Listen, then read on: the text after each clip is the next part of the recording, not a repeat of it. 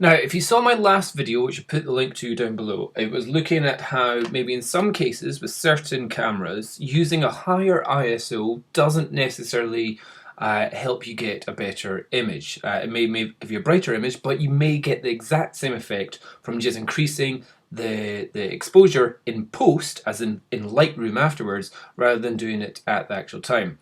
And there are benefits from having a lower ISO, such as dynamic range and color accuracy. Fortunately, I had a little dig through some of my images from the past again, and I've got a couple other examples here. And one is just showing you the Canon full frame sensor effect, but also comparing it with a Micro Four Thirds sensor. I'd be interested to see if any of you can kind of guess which way is it going to be, which is going to be better. So the first one here, I've got the exact same image, pretty much. Ouch, that one's pretty darn bright.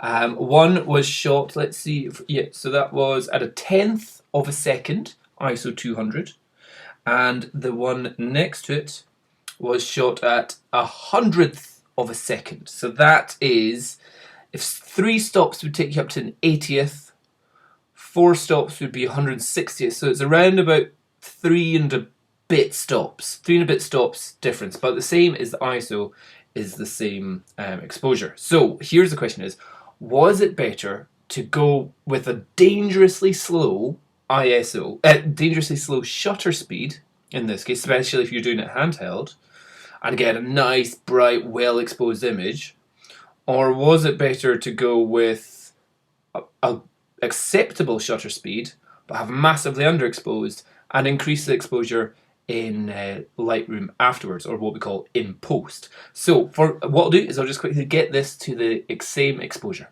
So here I've got it pretty much as close as I can get to it being exactly the same. So if we look up at the histogram up at the top right here, I've put my little cursor here saying that's pretty much where all the detail is. Here it is at plus 3.5 stops, and the other one, that's it at 0. That's exactly how it was shot. And yeah, we're pretty much going roughly exactly the same. And if we look at the images, we'd say, yeah, pretty much they're the same. If you're looking at it, if I'm looking at it from back here, I'm going, I cannot see a difference. Oh, sorry, that's the next image. So I'm going, I cannot see a difference. However, as many of you are photographers, we are also pixel peepers. We like to go in close and have a look at exactly what our image is showing us here. So if we, so let's say we look at the details going on. So what I am seeing is, I'm seeing kind of like vertical lines, and certainly over here I'm seeing like a red, then a green, and then a red. There's just like weird color banding going on in the shadow areas. In the high ISO, in the slow shutter speed, it's totally clean. So clearly the better thing is to just get an image which is a good exposure. However, what is the drawback? Is there any drawback? Let's look at highlights.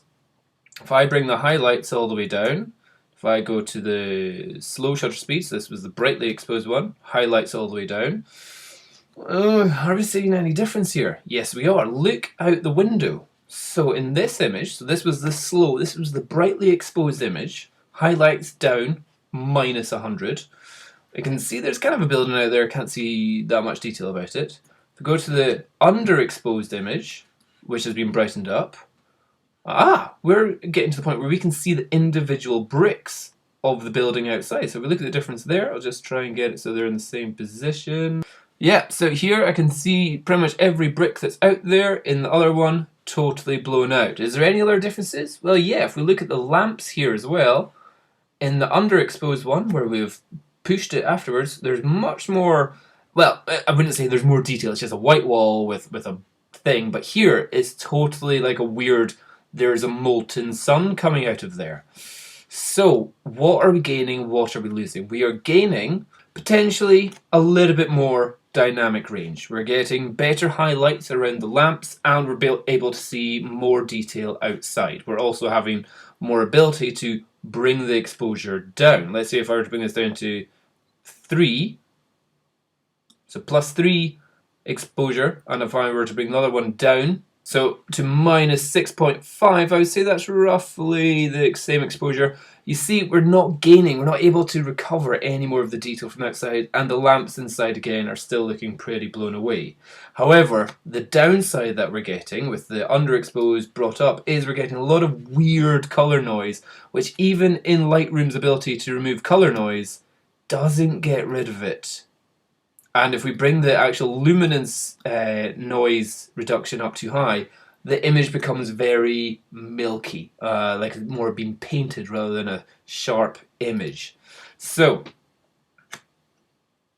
the takeaway image here is with if the highlights and the dynamic range are important, shoot underexposed and bring up and hope that the noise, both luminance and color noise, isn't going to affect the final image, like if you're printing out afterwards, as much as the destruction in the highlights and the highlight details in an overexposed image. Okay, so that was the first part. That's part one.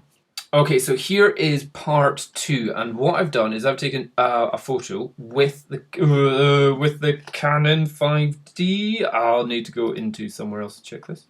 Yes, first image is Canon 5D Mark II. Second image, slightly different shape, is the Panasonic GH4, which is a micro 4/3 camera. So the question is, can we, like, before I edit these images so that their exposure is brought to roughly the same, they're both shot at ISO 200, and the exposure is both roughly the same. If we bring the histogram, see if I have my little line here for the, like, where most of the detail maxes out at, it's pretty much the same. If anything, yeah, just the only difference is one's got more window than the next. So this is pretty as accurate as I could get to the same location and same kind of exposure. Which one will do better? Full frame Canon 5D Mark II, rated one of the best cameras and sensors 6-7 years ago, or a teeny tiny micro 4/3 of an inch sensor in the Panasonic GH4? At the moment, I don't know. Okay, so simple test is if we're bringing the exposure up, let's bring up 3 stops. That's pretty bright. Cool, we've got lots of details in this image. From back here, that looks pretty good. Maybe we'll bring some highlights down. Yeah, let's bring the highlights all the way down. Cool. Let's see how well we do with the Canon 5D Mark II. Okay, so that's me, got them both, so they're +3 exposure and a -100 highlights, and I've tried to white balance match them as much as possible. So again, from back here, straight away with the Canon, I'm definitely kind of noticing it's not quite right. There's a little bit of noise compared to the Panasonic. So some of you from the view that you're seeing going, I can't see a thing, I can't see anything wrong with this. So here, again, if we look at this fireplace here, just noisy, weird, like you can see lines going all the way across the image and just noise, coloration. Let's see if we take out, sorry, that's already with color noise reduced. So with, oh my goodness, with actual color noise reduction off, that's like looking at a Rubik's Cube going on there. So bring that up and noise reduction down, or up. And it's becoming pretty soft. If we go with the Panasonic GH4, the micro 4/3 sensor, let's see what it look like with the color noise off. Really good, really good, really good. Yeah. If you look at just the mush that is the kind of the what do you call it? The fireplace. Fireplace bit. The bit hearth? No. Look at the extra detail that we're still getting, even with noise reduction on and on. So noise reduction definitely does reduce it, but the Panasonic GH4 did a better job than a Canon 5D Mark II.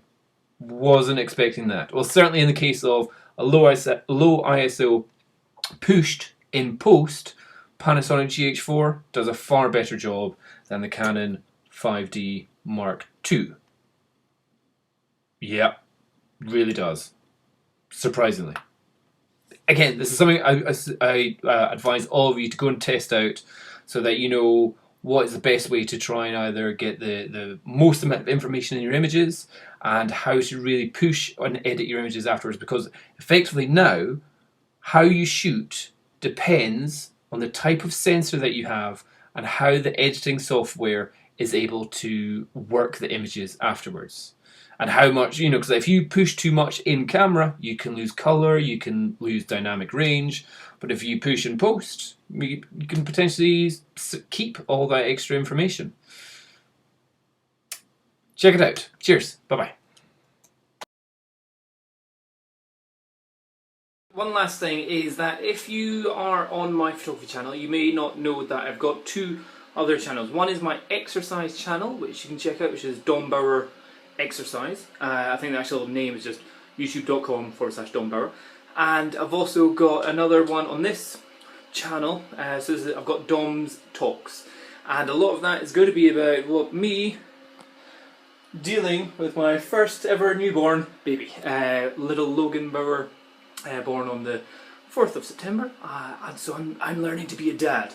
So it's all my mistakes and all the things which I'm learning which are quite useful. So if you want to see more about little Logan and how he's getting on, check out Dom's Talks. And if you want to see, I've also got Dom's Flights as well. So again, I'm doing a lot of stuff flying my DJI Phantom around the places, and also going through the process of getting the license to do it commercially. So if you want to see how I'm doing that, check out the Dom's Flights channel as well, which I put all the links to down below. So thanks for watching. Bye bye.